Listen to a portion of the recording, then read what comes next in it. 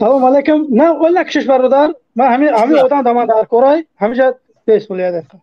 سلام علیکم. همه آدم در تیک تاک مثال شما را با دیگه آدما مثال میاد در تیک تاک من لیشنا میبره فقط داشنام میته بچه من نه نهزتیم نه 24 میگم داشنام نته کراچه اشقلب میگه که وای خوینه بیانه که در کزات بکه کی همین اشورف چیکار کرده که خوینه اگر این خوین باشه بیا خیر من دمیتره بگیرم اخی بیا در کزاتم که من دیگه ندارم سایت اینو حتی اینو گاب نزنم دمیتره بگیرم بیا من قطعی که میلیون با صحبت کردیم من میخوام قطعی حسین اشرف گپ زنم بیا شما سوال من جواب بده شغله ایدم بش خب نزنین اخی یا طرف دوم نکره یا آدم دینی گپ زنم حسین اشرف قطعی میخوام گپ زنم نه قطعی حسین اشرف حسین من مواسط خاموش کردگیم حسین اشرف با چهره آشکار گپ میزنه اگر قطعی ما گپ زنی باشی بیا مردانوار با چهره آشکار گپ زن آماده ای که با چهره آشکار گپ زنی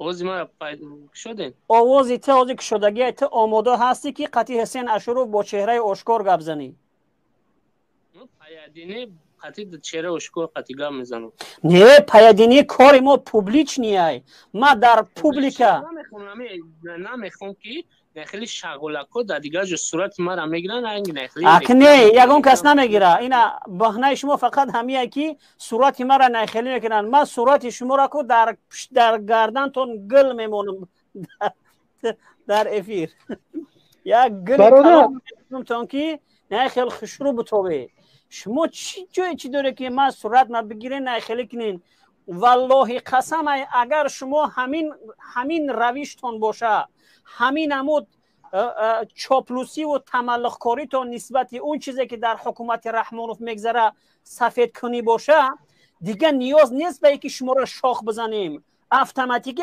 ایدهان تو شاخاتو برآمده ایستاده است این نیاز به این نیست که من شما را دم بچسبونم یا شاختون بزنم یا که کدام یگون صورتکتون بچسبونم شما چاپلوسیتون این همه تملق‌کاریتون کافیه که هر کسی که شما را ببینه در کامنت شما خودتون میبینین که چگونه شاخ دارین والله اگر که من یک تای شما را اگر که یا شاخ بچسبونم یا دمتون بچسبونم دم به شما و شاخ شما در سخنهاتون میبرویه بز بدنتون چاپلوس بدنتون تملق کار بدنتون نامرد بدنتون نوجوان بدنتون در سخنرانیتون میبرویه مردانوار یا که خاموش باشین یا که کنکریت نببروین از اون رژیم دفاع کنین من قطعی حسین اشرف گپ میزنم تو مسئول یگون حکومتی مهاجری از مهاجرت گپ میزنی خودت از مهاجرت گپ میزنی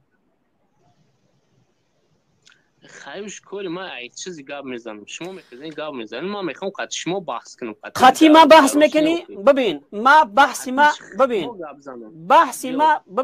ما این خلاکی ما در با چهره آشکارم با قطعی ما با چهره آشکار بیا ما بدونم که اصلا قطعی کی صحبت میکنم بیا با سوال جواب تیم اخی ما سوال میتم شما جواب تیم شما سوال تیم ما جواب تیم اخی خیلی برادر اشورو آیا سیکون من همین سوال همین نبتیم که تو میگویی که مثلا اینو را قرات میدید دیگه گروه ها را گوش کنید میبروی در تیک تاک اینو را قرات میکنی ویش قرات میکنی این روز ما جوانان نیاز داریم به یک آدمی که ما را به راه درست نمی حوزی اولین صحبت زمین نگفتی که گفتی که همین شغال اوسکه ما گفته ایستم شغال تا بیرک انمو کسی که ترا تولد کردگی شغالای انمو زایده شغالای میفهمی این قدر ترا باید تو دردت بکنه من میخوام که همین سوال نکردم تاخیر نکردم اولین کلمات گفتی که این شغالو قدیمه گپ نمیزنم برای همین مطرح میگم که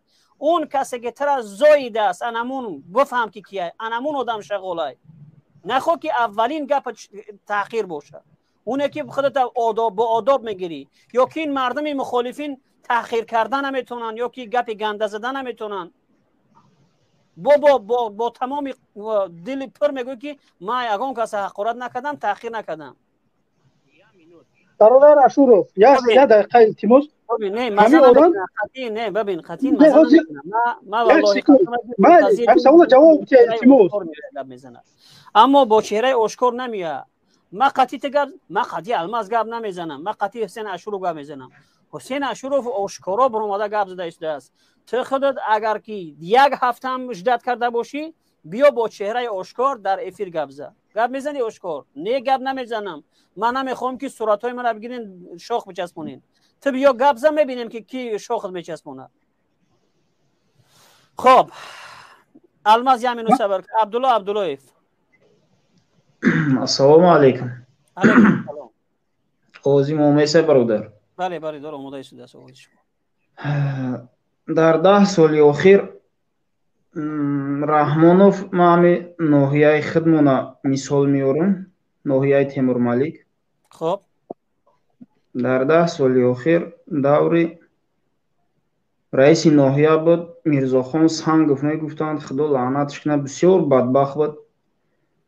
در جماعت کانگرد یک کارخانه استحصال شیر ساختن، تلویزیون در رکلامش کردن، 8 نفر 10 نفر جای کاری خالی، جای کار تامین میکنیم گفتن. هم تا تلویزیون در نشانش دادن و دوره دانشجویی بود. ما در دوشنبه میخواندم، بعد راه در میگذشته میرفتیم میومیم با هم کانگرد.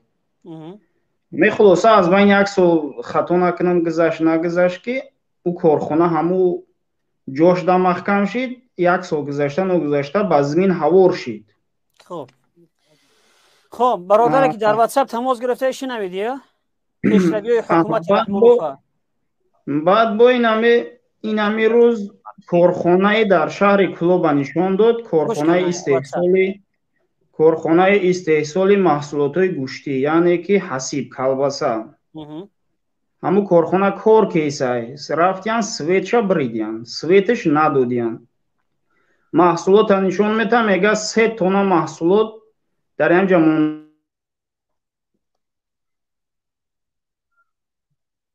که در دور رحمانوف کارخانه آبادان کار کیسن. خب برادر عبداللهیف آوازت قطع وصل میشوه، کوشش که یگان جای بره که اینترنتت قطع وصل نشوه. برادر که در واتساپ تماس گرفته صدای مرا میشنوی؟ بله میشنوم. اصلا یک سوال دارم شما دا به سوال مرا جواب دید، بعد با در چی گپ زنیم بکنیم. من میخوام قد شما سوال جواب کنم، نه که هر آدم هر مرا سوال بودیستن ما بشینم گوش کنم شما را. آواز مرا خط کنیم ما بشینم گوش کنم شما را. اکای حسین شما مرا سخن دادین، ما قطعی و کسایی که طرفدار رحمانوف ما عموما گپ ندارم. بیچاره اکا معلومه که دستشون بگیم ای آسمان کندگی، پوچهشون ای زمین کندگی معلقن.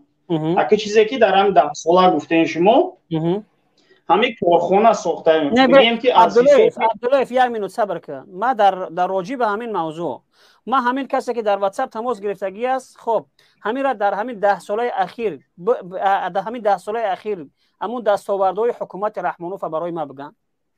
بفرما. مثلا چی شد؟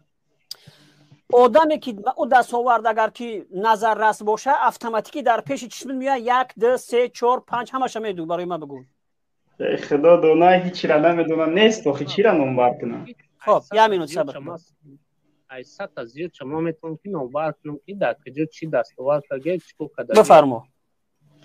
همه شخصا نقض میدونه کجا مرا مقصد سوال میتین، همش در اینترنت پخش شده. دور روز اینترنت همش پخش شده. در اینترنت فقط یک چیز من میبینم، در اینترنت فقط رحمانوف هم میبینم. در همونجا انا می نویسم که امام علی رحمانوف ای ماشین میفرایه و در اونجا خلاصه غیر امون دخترکا و شاید بگم که همون خویشاوندای شما در اونجا کرته چکن پوشیدگی رقص میکنن دیگه. یگون دستاوردی نه ما نمیبینیم در اونجا. دستاورد گوش که همون هر زواد هر چیزی که شده میشه با فرمان امام علی رحمان میشه. وای پرزیدنت وای فرمان میتیا. شاید نیست که برای یک کلوچه بگیره بگه که من این زواد اینا ساخته استم. شما میخواین نمیره کنم